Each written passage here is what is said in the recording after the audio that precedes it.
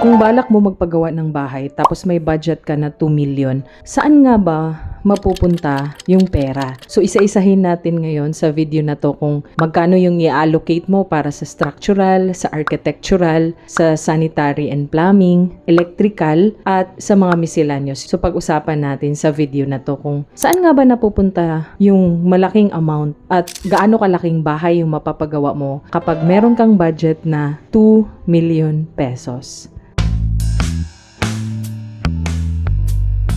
Yung bahay na to is nasa 65 square meter and yung kanyang mga columns ay nasa 300 mm by 300 mm. Yung footing or lalim ng kanyang hukay is nasa 1.2 meters at yung size naman ng kanyang footing ay nasa 1 meter by 1 meter. So ito, dinisign to ni Engineer Florabel Fabon para lang makita natin kung saan mapupunta yung 2 million mo. Yung soil nito is in good condition. Assumption lang to. Pero kapag magpapagawa ka na talaga ng bahay, if ever ito ay 2-story and up, kailangan mo talaga malaman yung soil condition or ano yung soil bearing capacity, kakayahan ng lupa para magdala ng load or gaano kabigat ang kaya niya. Maigi na meron ka nun kapag 2-story and up. So ito, bungalow lang yung gagawin natin. Sa structural muna tayo. Paano to mabuo? So, kailangan syempre ng site preparation, tapos mag-excavate ka, and then magba-backfill, magpoporma. So, lahat ng mga gagawin mo para mabuo to, pinaka-skeleton ng bahay. Actually, kasama dito yung sa roofing system na kung saan yung mga purlins, mga rafters, pero yung pinaka-GI sheet, yung gagamitin mo para malagyan ng bubong at saka lalagyan mo ng ceiling, syempre kasama na yan sa architectural. Ang structural talaga is yun talaga yung magdadala sa kanya sa mga time na may calamities, earthquake, kapag merong mga bagyong darating. So yung pagkabuo nito, yung concrete na ginamit, yung bakal, para mabuo talaga to, yung pinaka-structure nito is gagastos ka ng nasa 470,000. Hindi mo dapat tinitipid to at kung ano yung naka-design ni structural or ni civil engineer, yun talaga yung susundin mo. Kasi una, safety first, pangalawa na yung comfort, at pangatlo na yung aesthetics. Kadalasan talaga ng mga tao, syempre, gusto din talaga na maganda din talaga tignan yung bahay. Pero sa akin naman, personally, mas pinipili ko talaga or una talaga yung pinaka-structure. Yung hindi mo nakikita sa mga mata mo, pero alam mong safe talaga yung ipapatayo mo na bahay. Kasi sumunod talaga sa specifications na ginawa ng engineer or structural engineer. Pangalawa naman ay sa architectural work. Ito yung nagbibigay sa'yo ng comfort, ng aesthetics, yung pinaka-wall ng bahay. Sa pinakita ko sa inyo na illustration, structural yung skeleton. Tapos yung pagsarado naman sa bahay, paglalagay ng walls, paglalagay ng windows, ng doors, ng mga tiles, mga kitchen cabinet, at syempre yung paglagay ng roofing. So yan talaga yung magbibigay sa'yo ng comfort kasi nga kung may bubong, hindi ka mababasa sa ulan kapag tag-ulan. Kapag may wall, hindi ka mapapasukan. May door, may windows. So ito yung bumubuo sa architectural. Yung tiles, kung pipiliin mo ba ay tiles or SPC flooring. Sa architectural, dito yung part na pwedeng tumaas ang presyo ng bahay. Kapag pinili mo yung mga mamahali na tiles, kapag nagpagawa ka ng doors na customize, yung mga mamahali na doors talaga, yung gumagastos talaga sila at malalaking opening yung gagawin, and then magandang klase ng kahoy ang gagamitin, mas mahal siya. So, i-customize pa yung mga windows na gagamitin. So, yung mga parts sa architectural, pwedeng ito yung maging isa sa reason bakit tataas talaga yung presyo ng bahay. Depende kasi sa pagka-design at saka pagpili mo ng mga materyales na ilalagay. May iba naman na bahay na ginawa nilang brutalist na parang cement finish lang siya pero maganda tignan. So nagdedepende din yan sa makukuha nyo na architect or interior designer na papagandahin yung loob ng inyong bahay. Or kung kayo mismo gusto nyo yung mga nasa Pinterest, ano yung mga magdadagdag kayo ng mga cladding or mga nagpapaganda talaga sa bahay. So dyan na part, pwedeng lumaki yung gastos mo sa bahay. Pero dito, simple lang yung ginawa natin. So yung aabutin dito sa architectural is mas malaki sa structural. Umabot siya ng 770,000. Pero ito depende kung ang gagamitin mo ay ceramic over sa porcelain. Mamaya, ang gagamitin mo para granite. So,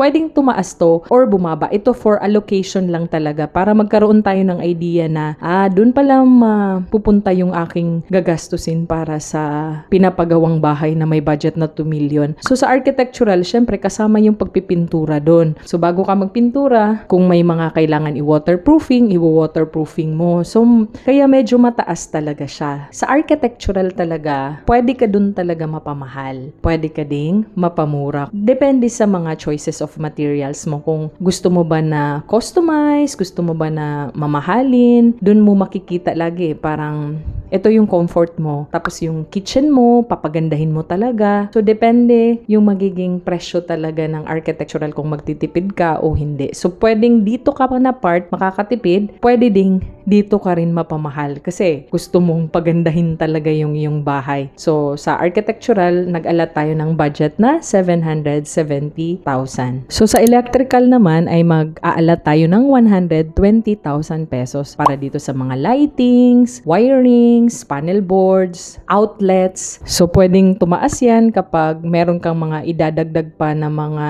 ilaw or i-ano mo talaga, yung papamahalin mo talaga yung sa electrical. Merong tendency na mas tumaas pa talaga yan. So, ito, yung pinaka-basic talaga nitong bahay na to is gagastos ka ng around 120,000 pesos. So, ito yung discussion natin Ano na to? Labor and materials na to. Sa plumbing and sanitary naman ay gagastos ka ng around 180,000. Dito yung mga water supply, drainage, septic tank, fixtures. So, mag-aalat ka ng 180,000 pesos. Para naman sa professional fees, kasama na dito yung paggawa ng permit, pag kukuha ka ng permit, may mga plano, sign and sealed, complete set of plans. So, yung ialat natin dito is nasa 160,000 pesos. Dito na din mo kukunin yung babayad mo sa if may kukunin ka na magsusupervise for you, per appearance, or per inspection, ganun. So, yung ialat natin is nasa 160,000 pesos. So, maglalagay ka din ng contingencies para sa mga unexpected or yung mga hindi mo inaasahan na mapapagastos ka. So, mag-aalat tayo ng 180,000 pesos. Sa miscellaneous naman, mag-aalat tayo ng 120,000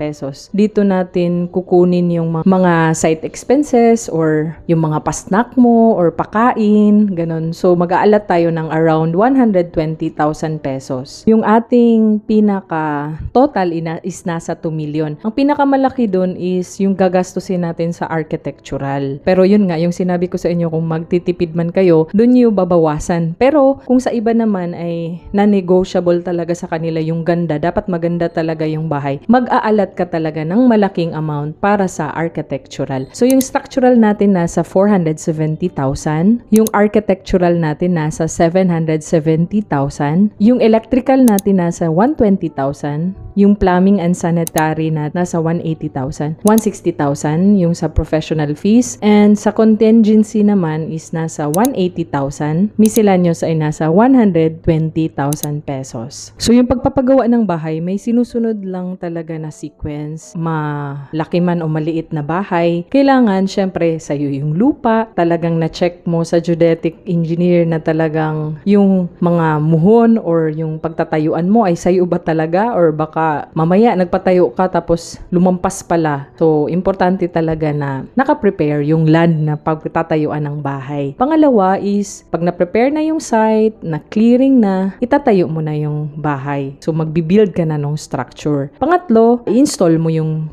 systems na kailangan. Pang-apat, mag-a-add ka ng mga finishes. So, i-finishing mo na, tapos i-furnish mo na yung pinakabahay. Ang importante is, meron kang makuha na contractor na maayos, kung contractor man yung pipiliin mo. At kung self-management ang gagawin mo is, maayos yung mga makuha mo na mga worker para naman hindi patagalin yung project, hindi ka gagastos na supposedly 2 million lang yung budget sa 65 square meter. Pero, ang mangyayari pala ay is magiging more than sa 2 million, magiging 3 million, or worst case, hindi matapos kasi nga yung budget na inalat mo ay nasayang sa mga idle, pag walang nakabantay, babagalan din yung trabaho, ganun. So, importante talaga na magkaroon ka talaga ng proper management para sa pinapagawa mo. Kasi pinaghirapan mo yung pera tapos yung dream house mo hindi matutupad dahil sa hindi inayos ang paggawa ng trabaho. Kaya kung pipiliin mo yung self-manage, yung pagpapagawa kung ikaw lang mismo, siguraduhin din na may idea ka talaga sa pinapagawa mo. Kaya maganda na manood dito sa YouTube, marami namang mga video na nagtuturo dito. May mga channel naman din dito na marami nang nagtuturo from start hanggang matapos talaga yung project at paano makipag-deal sa mga contractor, ganun. So may mga video din ako dito na pwede nyong panoorin kapag kukuha naman kayo ng contractor. Kapag gusto nyong makatipid or makasave, i-adjust nyo yung mga finishes. Pero wag talaga babaguhin yung nakadesign sa structure. Sumunod talaga kung anong nakalagay sa specification. Kasi yung structure kasi talaga yung magdadala sa bahay sa mga